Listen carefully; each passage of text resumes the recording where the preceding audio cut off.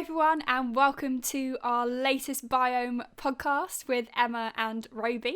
Hello. So this week we are going to be talking about the reintroduction of the White-tailed Sea Eagle to the UK, which is very, very exciting.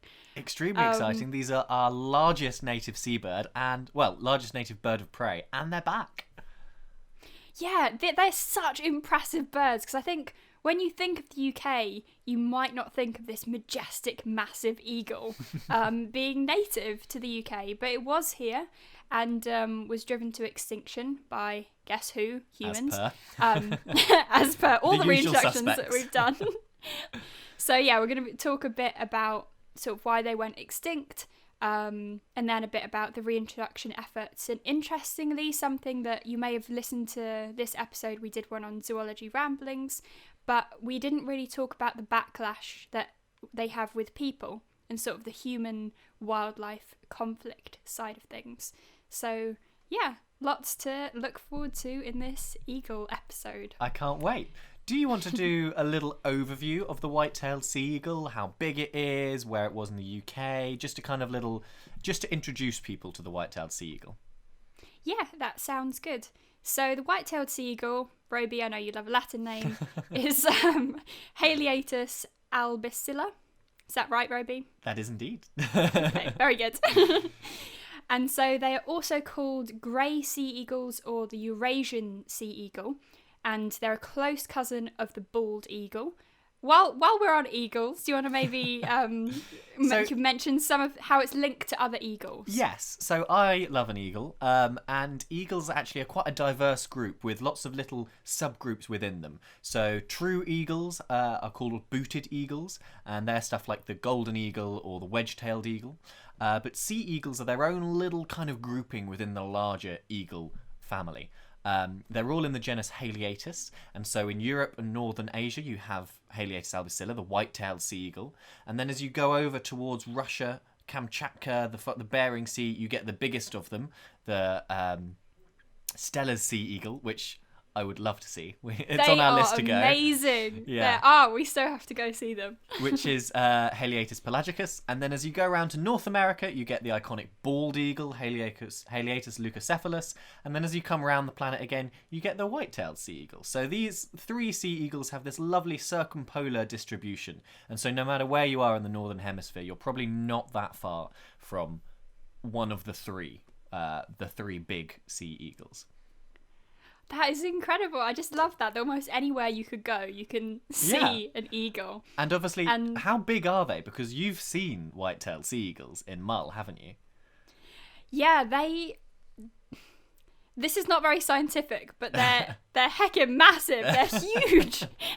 Like, you see them perched in a tree, and other birds of prey, you might, say with buzzards sometimes, you might mistake them based on size. These you wouldn't. They're sat, even when they're sat down, they're really, really big, so they can have a wingspan of, I think the largest wingspan is about 2.5 metres. Ooh, that's even taller than me. And a lot taller than me. Yeah. And also there's quite a large sort of sexual dimorphism between eagles. You tend to get this, don't you? The female eagle is larger.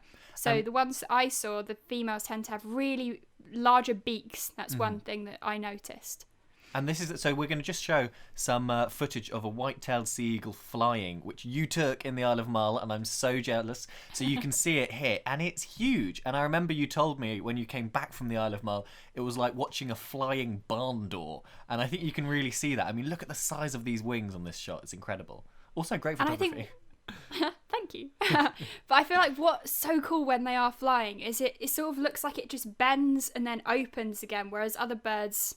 Sorry not to hate on pigeons, but like pigeons are really like clumsy and they flap quite awkwardly. Whereas like with sea eagles, it's almost this seamless kind of flight that they have.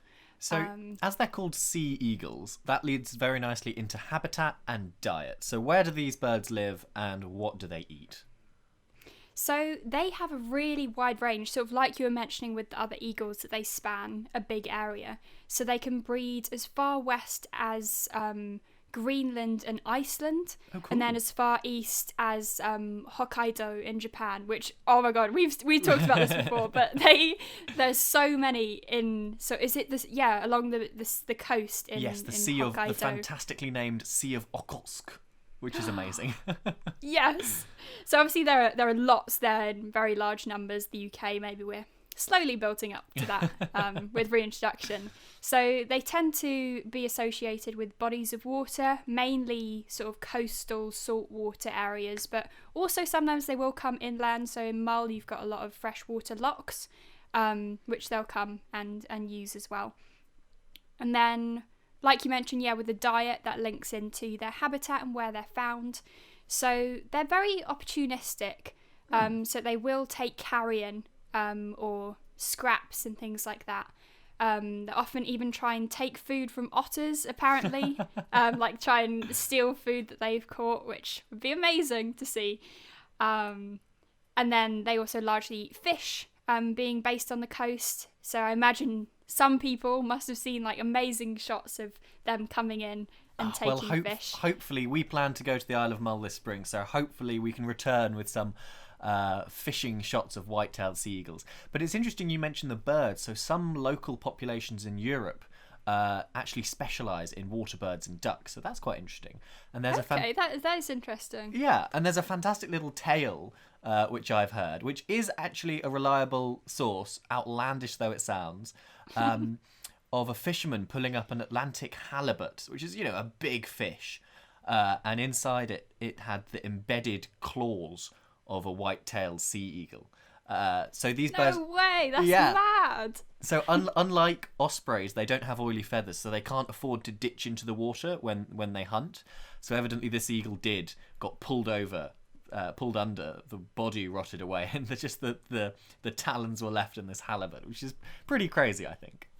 Can you imagine the fisherman just pulling this halibut up, being like, what happened here? I think he actually released it in the end. I think I remember reading that because he was like, I can't bear myself to take this fish in. It deserves to go free. I feel like if it survived that, then it's one hardy fish. But these eagles have also had to survive quite adverse conditions at our hands. So they've been quite strongly persecuted, haven't they? Massively, and there is some argument for sort of declining fish stocks that had a role in their decline, but almost like 99.9% of their decline, the reason for that was sort of hundreds of years of systemic persecution by humans. Woo! Guess who? We really need to work on our interaction with wildlife because it's messed up. So I'll just go through some of the sort of the main threats that they've faced, which drove them to extinction here in the UK, but this also applies to that they've been threatened across their range. So they faced habitat loss. That's one thing that we see as a common theme with, as you've got human settlements and population that's growing, and we have more urbanisation. That's obviously less coastal areas, possibly, that these sea eagles could use. And because, like you were saying, with all eagle species, their range is huge and they travel very large distances. So it's quite hard to have a protected habitat for them when they're travelling so far. They're not like mammals. They don't really just stay in one place, which is a challenge. I guess you probably got to focus on the areas where they breed to ensure that, no matter what happens to them across the world, their breeding success is fairly guaranteed, I suppose. Yeah, no, absolutely. And another reason for that, why you should protect the nesting sites and the breeding sites, is because that is a big reason why they are persecuted. So illegal nest disturbances, so people taking the eggs, taking the chicks. And if people know where these nest sites are, it's good and bad. So the conservationists and people trying to conserve them need to know where they are. But also, as soon as they advertise these locations, it then opens up to persecution and egg stealing, which we've seen when we talked about ospreys, Robi. That was the egg collectors was a massive threat. Who would have thought egg collectors would have so much to answer for? I know, it seems like so much effort to climb these huge, often say like ospreys, they nest in massively tall trees. Yeah. To get the eggs, it must be some serious money in that, I guess. And I imagine as apex predators, they probably have the same, I would imagine, have the same problem as we talked about in the Indian vulture crisis episode, a kind of an accumulation of toxins and pollutants. Yeah, I think that's the thing when you have predators or, animals that are at the top of food chains, things accumulate upwards. And so they, like with the vulture crisis, they have been subject to poisoning. Actually, because farmers will put poison in sort of like baited meat to get rid of foxes and other birds of prey during the lambing season. But this had massive knock-on effects for the eagles because they come down to carcasses, and lots of them, I think as many as 40 sea eagles have been seen like around a single carcass.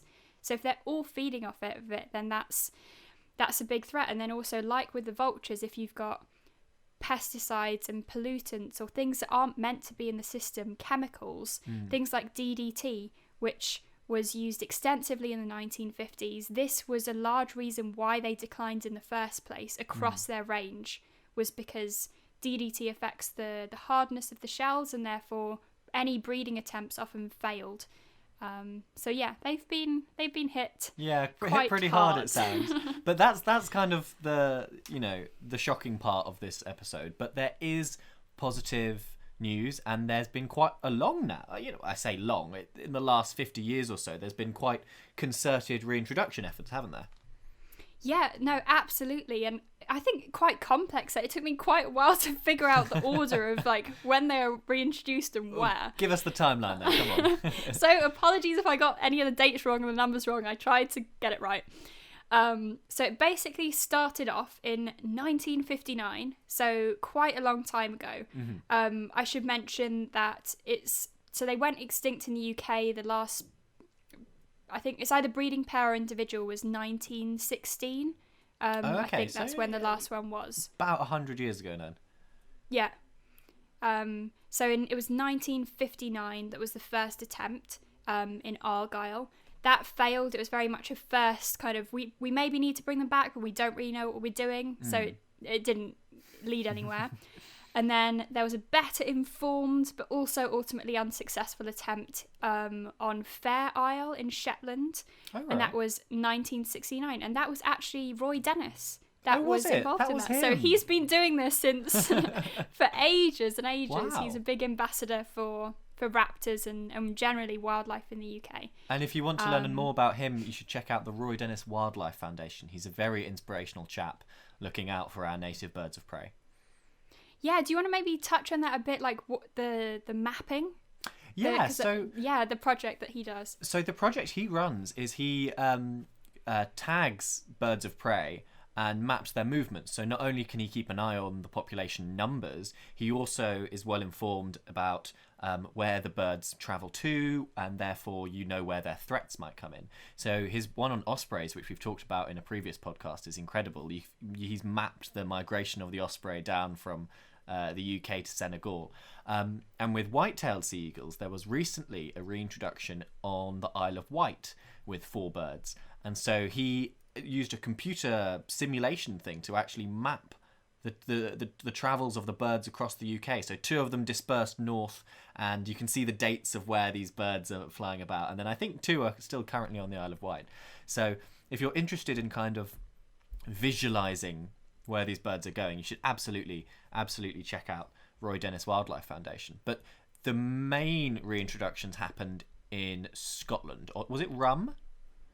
Yeah, Rhum was the main one. So that was in the 1970s. So between 1975 and 1985, that's when they saw their first big kind of successful release and successful breeding. Actually, I think the first successful one was in 1985. So they released 75 birds in that period. And then that's quite what a lot. They noticed, it was quite a lot, but what they noticed was that the population was quite slow to expand, and so they then brought in another 56 birds. Wow. Between 1993 and 1998. So and where were they getting all these massive eagles from? They're all coming from Norway. Lovely. Thank you, Norway. Thank you gave us the Norway. Christmas tree and the eagles. Because they have, I think, quite a stable population of white-tailed sea eagles. Right. And so they take chicks from nests where they've got at least 2 chicks, so that the ones in Norway can still continue to grow and their population can do well. But yeah, they flew, assume they flew them in from Norway. I think there was some road journeys as well. These eagles went through a lot. And obviously these eagles will be ringed and tagged, so people like Roy Dennis can monitor where they go and stuff. So obviously releasing a couple of hundred massive eagles with like flying barn doors is great for in my mind. But I imagine there will have been some opposition in Scotland to this massive reintroduction project. Yes, Scotland and also Ireland was Cool. the big one that I hadn't realised. So in 2007, let me just see. So it was 100 chicks between 2007 and 2012 that were released in Ireland. Wow. And so that's quite a large number of birds. And so, I mean, yeah, I'll start with the island, actually. I'll go down and talk about the sort of the human wildlife conflict side of things, which we may not realise. Yeah. Because I feel like I'm guilty of this. Is like we're zoologists and we want to see the reintroduction of species brought back more from like an ecosystem point of view and what that could do for our habitats. But there is the people side as well. Absolutely. So this was a study which we'll put the reference to in the comments, as we usually do. And basically, they're arguing that the human side of species reintroduction needs to be taken more seriously if it's actually going to be successful. Okay. Because, interestingly, they're saying that most reintroductions fail, not because of anything to do with the species being wrong or the habitat being wrong, it's opposition from people. And we saw the same thing with the lynx in Switzerland, didn't we? And I think when we were talking about brown bears, I read almost exactly the same sentence in another paper where the authors say reintroductions don't fail because of the animals, they fail because we haven't, talked to the people enough. Yeah, no, absolutely. Because the thing is, so reintroductions as, I'd say how biologists and conservationists maybe see it, is an effective way to kind of enhance biodiversity, aid ecosystem restoration, and just help kind of with this concept of rewilding, so bringing back these wild spaces. But this has led to a lot of conflict with people, and the idea that there's often cultural and traditional views that people aren't addressing. So in Ireland, they were reintroduced to a place called Killarney National Park. Hopefully, I feel like I said Killarney. that really weirdly. Yeah, I said that really weirdly. You did. So it started off with 15 seagulls in 2007, and then they brought in about 100, I think it was, in the next 5 years. So this is quite a large number of birds that they're bringing in. Yeah. And so in Ireland, they went extinct earlier than in the rest of the UK. So the last one was recorded in County Kerry in 1898. Oh, so a good 30 years before. Yeah. And the reason for this, again, was human persecution. So this is a big thing with the seagulls. It's like you have to recognise that they were driven to extinction by humans. They're not everyone is going to want them back. There was a reason that people drove them to extinction in the first place. So it was mainly the farmers who felt like they didn't have a voice, that basically the birds were getting all the power, they were getting all this attention from conservation efforts, but their views weren't being considered. Why would farmers be upset about eagles? What's the conflict there? Well, there's this perceived idea that eagles will take their livestock, especially during the lambing season. So they feared that this would be a threat to their sheep, and then if they couldn't support themselves, then a knock-on effect, a threat to their livelihood. Okay. Which is a very serious issue, especially if your livelihood depends on a regular, yearly lambing season. Yeah. That can't be ignored. And I think that's the issue. Something like where you've got these deep-rooted farming communities, which you have across most of the UK. Most of our landscape is currently farming. you can't ignore the people who see themselves as kind of like in charge of the land. Almost, they've been there for generations and generations. And is that a valid fear? Do white-tailed sea eagles take lambs with any regularity, or does it never happen at all? Has it happened but only rarely? I would say same like when we talked about with the lynx. Okay, so the potential but not.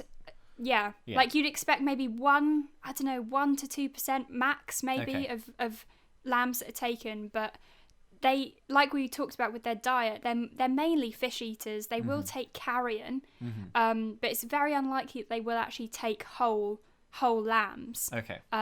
So there is a threat, which maybe needs compensation schemes and things like that, but not as bad, I don't think, as they thought it would be. Right. But I the reaction to this was quite strong. There was a big poisoning campaign, I remember reading.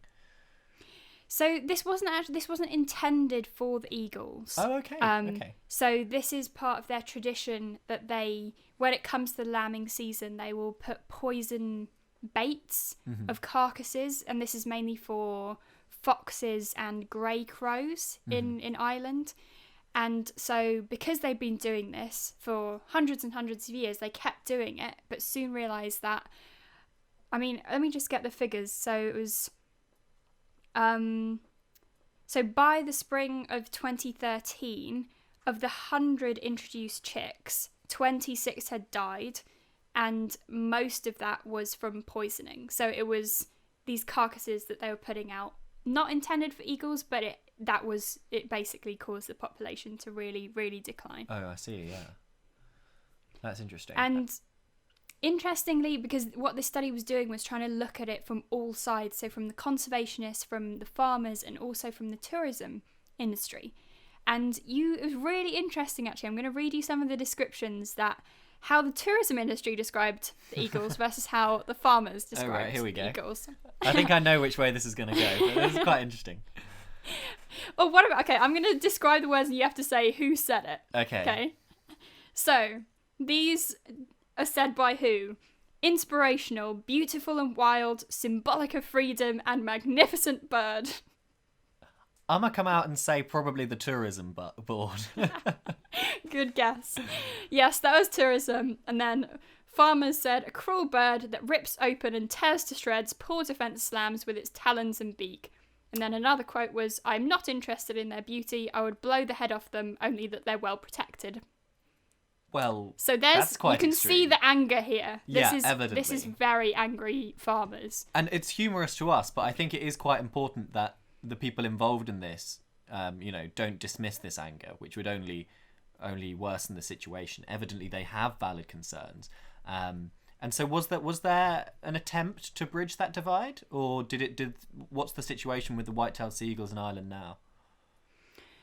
Well, I think they've realised they were in the wrong. I mean, when they really realised they'd kind of messed up when it came to the farmers' opinions was when the chicks actually arrived in Kerry Airport. They were met by over 100 protesting farmers who said, we don't want them here. And so... Scary. Yeah.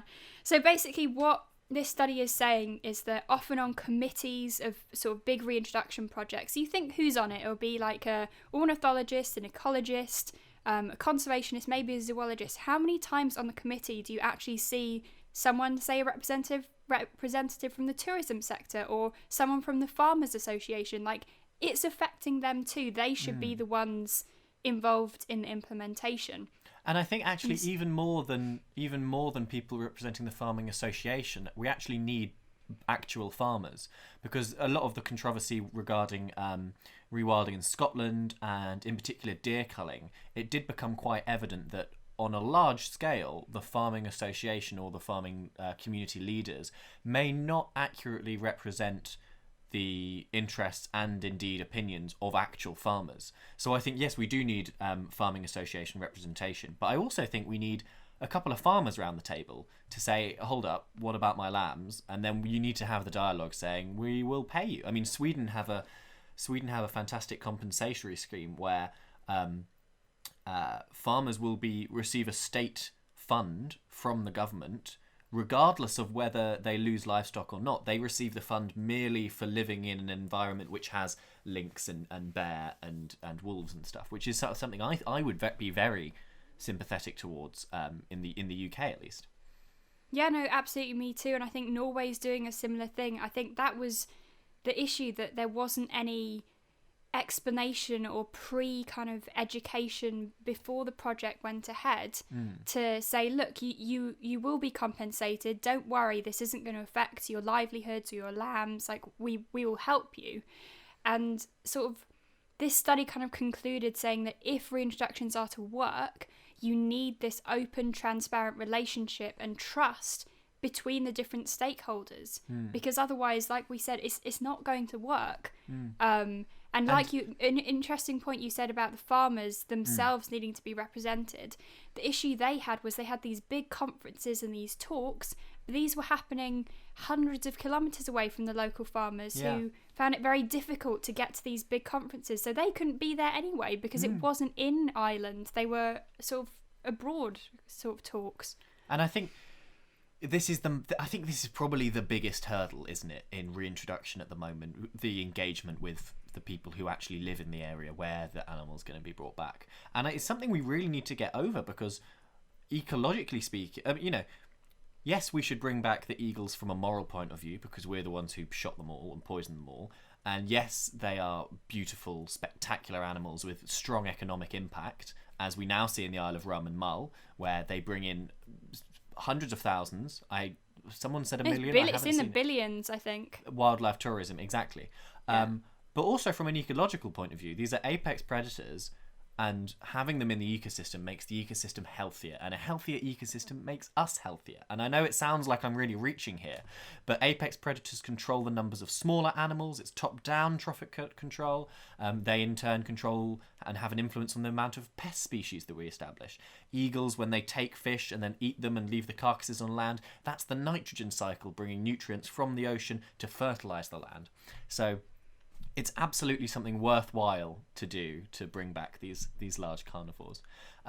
So yeah, that's probably quite a positive note to end our White-tailed Eagle podcast on, I think. Yeah, no, I definitely think so. And I think just the point to make from all of that is, like you said, Robi, really, really important to have these species brought back, but everyone needs to be on board. It can't just be the conservationists being like, let's bring in all these species, because you have to consider the local people as well. So yeah, as we leave you, we're going to leave you with this one final piece of beautiful footage which Emma also found in Mull, filmed of this white-tailed sea eagle. So we hope you enjoy this magnificent, what was it they said? Magnificent bird, symbol of freedom, beautiful and wild, inspirational. Here it is on your screens. Yeah, so thanks so much for listening to this latest episode. If you want more updates on podcasts and documentaries and things like that, you can search for the Biome podcast on YouTube, and it's under Grizzly Productions, I think is what we are on YouTube. And if you want to check out more updates as well, we post on Instagram, so that's Biome by Grizzly.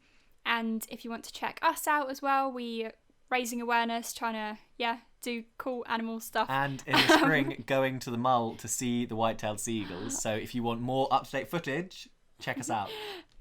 Yeah, so we're Emma Hodson Wildlife and Robi Watkinson Wildlife on Instagram. So thanks for listening, and we will see you next time. See you next time.